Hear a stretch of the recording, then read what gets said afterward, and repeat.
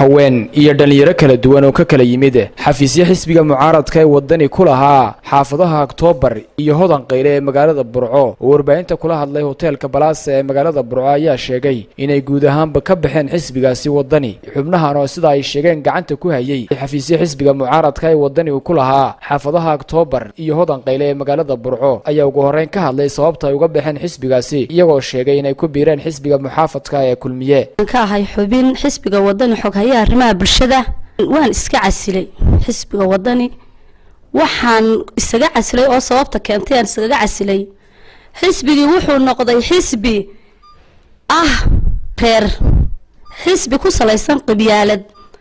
xisbi hankiisa siyaasad ay ku xidhan tahay sidoo Soomaaliland iyo Soomaaliya isugu dari lahaa anigu waxaan maamulaa waan ka tirsanahay qaybta Oktoobar waxaan haystaa 5 xafiis wadani waxaan ogaaday 2 sano ku dhex jiro la soo shaqeynayo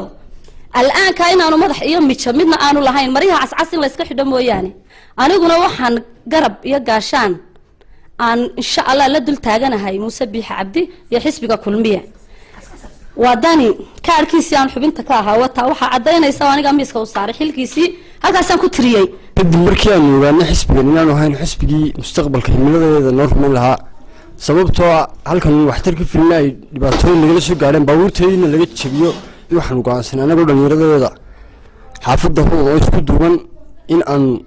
u digargano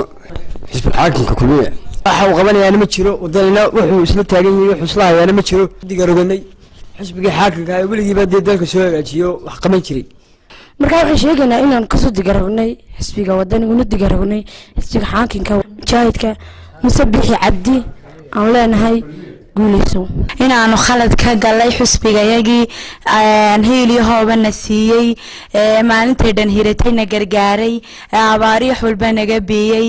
ayaan halkan habaliyo ugu daray inaan khalad ka galay inaan xisbi khaldan oo aflagaada oo cayya inaan ku biirnay waxaan ahaa wakiilka xaafadda hodan qayle xisbiga wadani maanta taariikhdu tahay 27 bishii 10aad waxaan go'aansaday in aan ka digarrogto xisbiga wadani una digarrogto xisbiga kulmiye anigu ogaaday inaan saaranahay doon bilaan aqooda marka iminkana hiliyo hoob waxaan la garab taaganay xisbiga xaakimka kulmiye